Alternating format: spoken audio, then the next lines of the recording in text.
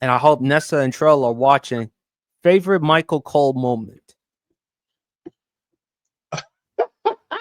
Oh man, Michael Cole. I never forget that little I never forget that Michael Cole. It takes a lot of strength to do what he does. It takes a lot of strength to be at the butt of a lot of jokes. Because in the Attitude Era, Michael Cole and Jonathan Coachman was at the butt of a lot of jokes. I never forget when The Rock used to come out there. I remember he looked at you staring at The Rock, Michael Cole. I never forget he put that T-shirt over Michael Cole's face. The Poontang Pie T-shirt. He said, "Don't touch it and keep the microphone right there." And then he started cutting the promo on Triple H. And then he said, "Triple H." Michael Cole reached up like he was going. He said, "Don't touch it." And then that was fun. I never forget the situation that he had with Heidenreich. That was the craziest. When Heidenreich confronted him. Yeah, we put that mildly, but that was crazy. Him helping out, trying to help out Pat McAfee when he was facing Gunther. That was cool. Man, there was a lot of stuff Michael Cole did, especially when everybody knew that Michael Cole was the Raw general manager, and every now and then he'll let it slip out. Oh yeah, those of us in charge, but everybody kind of knew Michael Cole was the Raw general manager, the anonymous Raw general manager. Yeah, so everybody kind of knew, but he kind of played it off. I got a message here from the Raw general manager. Like everybody knew you general manager Michael Cole.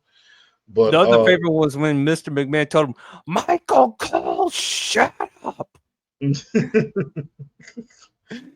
But the match, the best commentary I've ever heard from Michael Cole, No Way Out 2004, Brock Lesnar versus Eddie Guerrero.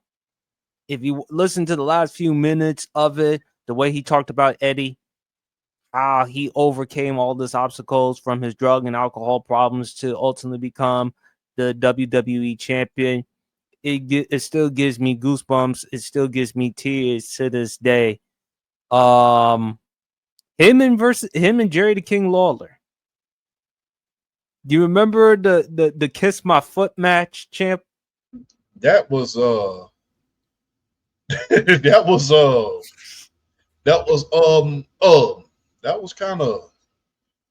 weird, but it wasn't the first match that they had Kiss My Feet, but remember Bret Hart and I remember Jerry the King Lawler Kiss My Feet match. That was interesting. Michael Cole, man, been a stable for a long time, man. People talk a lot of that mess, but Michael Cole was just as big for the Attitude Era as anybody else. Because for him to be in the back interviewing a lot of the players in the game was kind of crazy. Because you always felt like that Michael Cole was kind of the little guy that everybody used to pick on in school. All the jocks used to pick on. It was that way. Everybody was so impatient with him when he was interviewing him, especially the Undertaker when he was on the dark side. He would ask him a question. You're really starting to push it. You could see Michael Cole's eyes getting big as saucers at a certain point. But Michael Cole's always, I know. Now, like I said, I remember Michael Cole back during the Attitude Era. And he is, him being on SmackDown with Taz, they are very, very underrated. They were good though back in them days. It was a very, very underrated duo, man. So, especially when you knew Paul Heyman was one of the head writers on SmackDown. So for him and Taz to be going head to head with Jerry the King Lawler and arguably the best play-by-play commentator in wrestling history, good old JR. Yeah. At one point, SmackDown was beating Raw in the ratings at a certain point. It was beating Raw, and people were saying that, Michael Cole and Taz were the better announcers than, Jerry the King and JR at one point. So yes, that says a hell of a lot. Especially people don't realize this, man.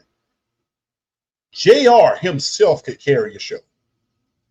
But when you put in Jerry the King Lawler, that's a whole nother ball game. JR used to commentate play-by-play for the Atlanta Falcons.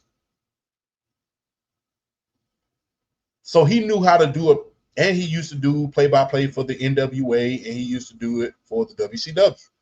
So when they let him be himself on the mic,